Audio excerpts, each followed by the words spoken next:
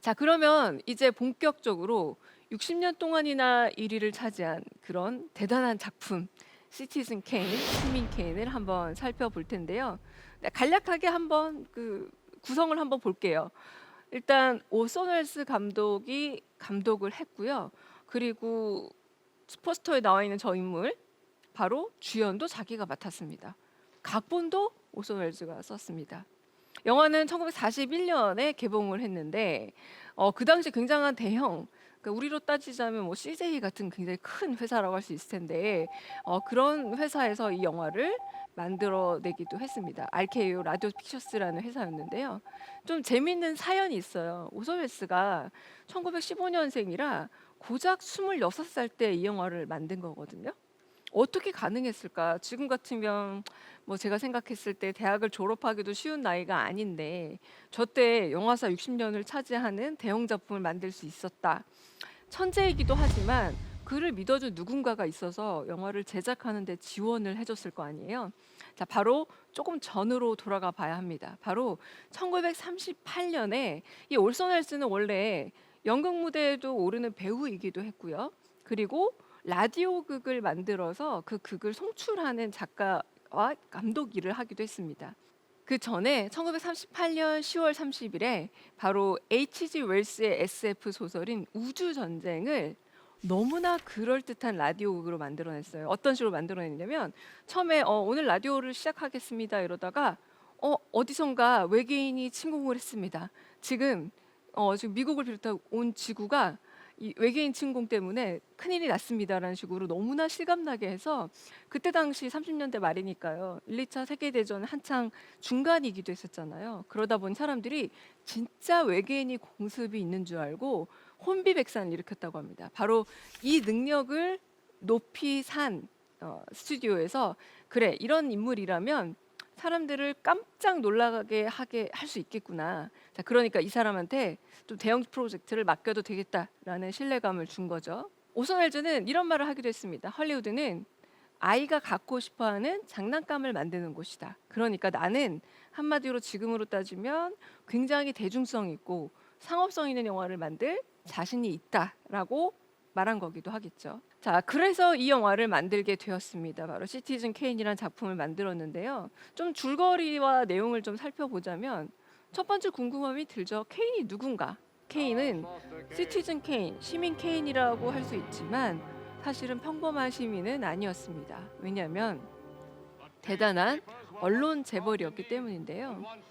주인공의 풀 네임은 찰스 포스터 케인이라고 정해졌습니다. 자, 그는 어떤 말을 스스로 대사로 하냐면 나는 현재의 미국이고 과거에도 미국인이었고 그리고 앞으로도 항상 미국인일 것이다 라는 말을 남기는, 그러니까 결국 케인이라는 나라는 인물은 내가 곧 미국이고 내가 꾸는 꿈이 아메리칸 드림이고 나의 삶이 곧 미국의 삶이다라고 일종의 선언을 한 셈이죠. 어떻게 이런 선언이 가능했을까? 자, 과거로 돌아가 보겠습니다. 켄이라는 인물은 도대체 얼마나 대단한 집안에서 태어났던 걸까요? 하지만 생각보다 그렇게 대단한 집안에서 태어나진 못했습니다. 콜로라도라는 이를테면 조금은 궁벽한 시골 마을에 어머니가 광산을 물려받아서 어마어마한 부를 갖긴 합니다만 콜로라도는 노동의 환경은 있지만 뭐 배움이라던가 세련된 문화를 배우기에 이렇게 적합한 곳은 아니었던 거예요. 그래서 돈을 갖고 있는, 그리고 돈만큼이나 권력을 가진 이 엄마는 후견인을 통해서 이 아이를 좀 동부에 약간 세련되고 문화적으로 발달된 곳에 보내서 그곳에서 교육을 시키는 게 낫겠다라고 결정을 내립니다. 그래서 이 케인은 아주 어린 시절부터 부모님의 따뜻한 요람, 따뜻한 보호에서부터 멀어져서 후견인과 살아가는 삶을 살아가게 되죠. 자, 그런데 제가 아까 잠깐 언론 재벌이라고 말씀을 드렸잖아요. 그런데 그때 당시 실제로 윌리엄 랜돌프 허스트라고 부르는, 우리한테는 옐로 저널리즘이란 말을 안겨준 사람이기도 합니다. 엄청난 언론 재벌이 실존하고 있었고요. 실존하다 보니까 혹시 여기서 나오는 찰스 포스터 케인이라는 인물은 윌리엄 랜돌프 허스트 이름도 좀 비슷하잖아요. 이렇게 세 개, 세 개로 이루어져 있고 어감도 되게 비슷하거든요. "그 사람을 모델로 한 거 아니야?"라는 소문이 돌면서 약간의 좀 시달림을 받았다라고도 합니다. 그 시달림의 증거로 하나 많이 얘기하고 있는 게 뭐냐면 사실 아카데미 후보에 9 개나 올랐는데 고작 각본상 하나만 받고 말았거든요. 그 60 년이나 가장 최고의 영화로 선정이 돼서 사랑받는 영화였는데 아카데미에서는 고작 각본상 하나다라는 건 많은 사람들이 좀 뒷말로 '야 요거는 윌리엄 랜도퍼 허스를 좀 화나게 해서가 아닐까.' 그의 눈치를 본 많은 사람들이 좀 투표를 좀 주저했던 게 아닌가라는 소문이 남아 있기도 합니다. 자 그러면 이 영화를 살펴보기 위해서는 우리가 요거 하나는 꼭 알고 가야 돼요. 바로 뭐냐면 로즈버드라는 이름입니다. 커피 이름 아닙니다. 우리한테 커피 이름처럼 많이 알려져 있는데요. 왜냐하면 이 영화는 처음 시작할 때 이 찰스 포스터 케인이 세상을 떠나는 걸로 시작을 해요. 자, 떠나는 걸로 시작하는데 마지막 유언으로 로즈버드라는 말을 남기고 합니다. 영화 속 대사에도 나오는데요. 도대체 이 로즈버드가 뭐냐, 뭔지 알아낼 수 있는 사람들이 있긴 한 거냐라고 서로 질문을 할 정도입니다. 엄청난 대부호가 혼자 대궐 같은 성에서 아주 외롭게 죽어갔는데 마지막으로 남겨진 로즈버드는 뭘까? 사람들은 막 추측하기 시작하죠. 이게 도대체 뭘까? 이것을 찾아가는 여정이 사실은 바로 시티즌 케인의 여정이기도 합니다. 가장 위대한 미국인이었지만 가장 초라하게 죽어간 남자가 마지막 단말마처럼 내뱉은 말, 로즈버드란 무엇일까? 이 긴 여정을 찾다 보면 폐허가 된 집 쓰레기 더미 사이에서 바로 썰매가 하나 발견이 되는데 그 썰매 뒤편에 로즈버드라는 게 새겨져 있었죠. 어쩌면 너무나 사소한 것 그리고 아무도 그 의미를 모르는 것에 이 사람의 인생의 정수가 담겨져 있었다라는 게 일테면 삶의 허무함과 어메리칸 드림이라 말했던 그 창대했던 꿈의 결말이라는 게 이렇게 소소했던 건가라는 허무감을 전달해 주기도 하는데요. 사실 이 로즈버드는 소년 시절 이를테면 엄마가 "이 콜로라도에서는 배울 게 없어. 너는 더 먼 곳에 가서 더 큰 곳에 가서 큰 인물이 되라."라고 말했지만 정작 자신이 정말 꿈꿨던 것은 마음 놓고 엄마 아버지가 집안에 있는 동안 바깥에서 썰매를 탔던 그 유년기의 추억은 아니었을지.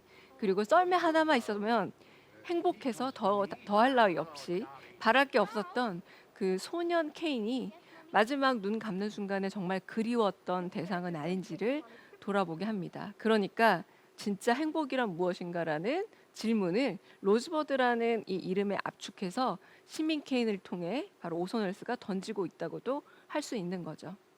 자, 그런데 이런 주제적인 측면만으로 이 영화가 60년간 1위를 차지한 것은 아닙니다. 흥미롭게도 이 영화가 부각되기 시작했던 그 시점에는 까이에데 시네마라고 부르는 프랑스의 비평가 그룹들이 활동을 하기 시작했는데요. 자, 이 까이에데 시네마의 비평가 그룹은 다름이 아니라 상업화되어 있는 영화들이 아니라 다른 과정에서의 공정, 그러니까 작가라고 부를 수 있는 감독들이 따로 있다라고 선언을 하게 됩니다. 자, 그 작가라고 부를 수 있는 감독들은 어떤 특징을 갖고 있을까? 컨베이어 벨트 위에서 올려놓고 마치 하나씩 클립을 만들어서 그런 식으로 만들어내는 공장형 영화나 혹은 영혼이 없어 보이는 재미만 있는 영화가 아니라 뭔가 생각해 볼 만한 여지를 갖고 있는 것들이라고 해서 굉장한 상찬을 하게 돼요. 바로 작가라는 건 author고 author는 저자라는 뜻이며 이건 일종의 작품이자 예술의 반영으로 올라가는 영화라는 의미이기도 합니다. 이 앙드레 바잔을 비롯한 까이에드 시네마는 계속해서 이 영화 목록을 정하는 데 있어서 비평적인 힘을 발휘하게 되고요.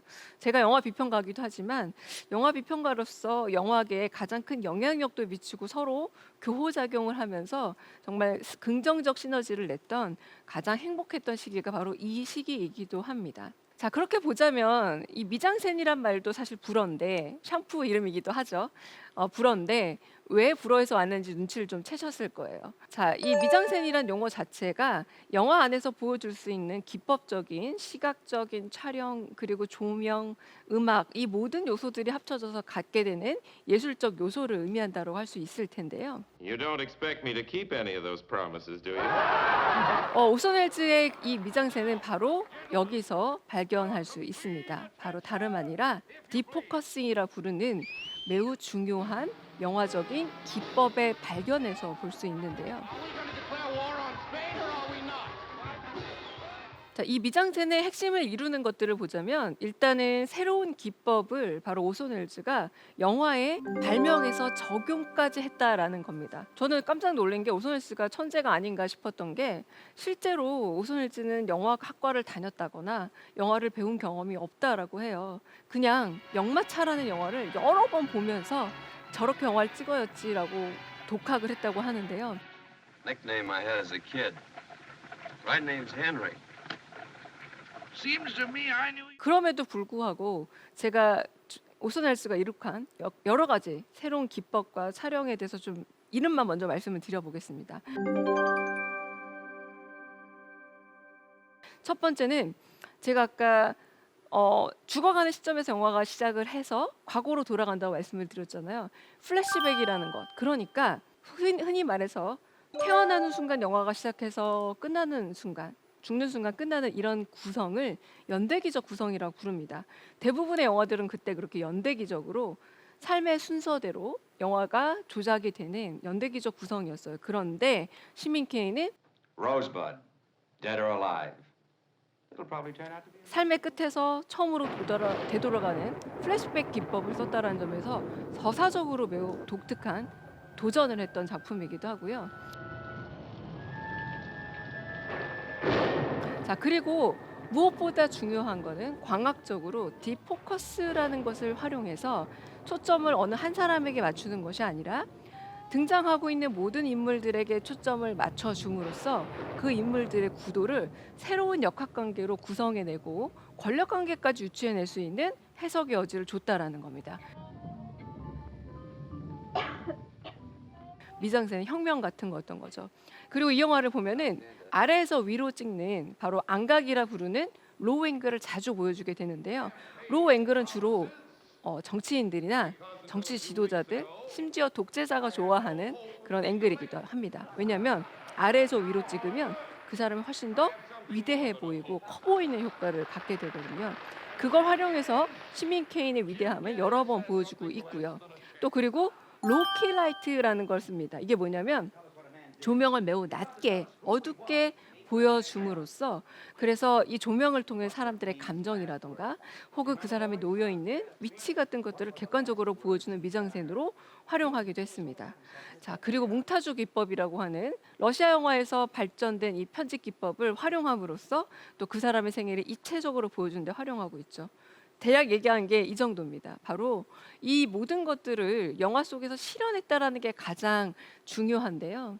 바로 이 디포커싱이라는 것을 보여줌으로써 영화의 내러티브와 그리고 관계 구도 그리고 권력 구조까지 다 설명을 해냈고 그래서 우리가 위대한 최초의 시간, 그 최초의 영화라고 부를 때 왜 시민 케인을 얘기하느냐라고 들레즈가 얘기할 때에도 바로 이 디포커싱 때문이다라고 말하고 있는 경우도 있습니다.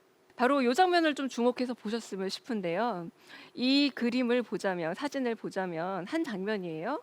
자, 포커스가 이 네 사람에게 모두 다 맞춰져 있습니다. 영화를 안 보신 분들은 이게 무슨 내용일까라는 생각이 들기도 할 텐데 일단 어머니가 바로 아들 케인의 미래를 결정하는 장면이거든요. 이 결정하는 장면인데 앞에 있는 사람이 남편이 아니에요. 후견인입니다. 아버지는 저 중간에 어중간하게 서 있는 남자가 바로 남편이에요. 그리고 정작 이 결정으로 인해서 운명이 바뀌게 될 케인은 창 밖에 아무것도 모른 채 부모님에게 후견인에게 인생을 맡긴 채 그냥 포커싱 되어 있습니다. 이 관계 설정을 한 장면으로 잘 보여주고 있는 게 바로 시민 케인을 만든 오손 웰즈의 일종의 천재성이라고 할 수 있는 거죠. Oh no. Where do I sign, Mr. Thatcher? Right here. 자, 시민 케인은 이런 식으로 우리한테 굉장히 다양한 화면 구도 그리고 연대기적 접근을 다시 이렇게 플래시백을 통해서 보여주는 플롯 구성 여러 가지를 통해서 우리에게 미장센 그리고 시각적인 사고 비가시적인 것을 통해서 가시적인 것을 만들어내는 능력들 입체적 플롯 다양한 영화사의 혁명적인 순간들을 선사하게 됩니다.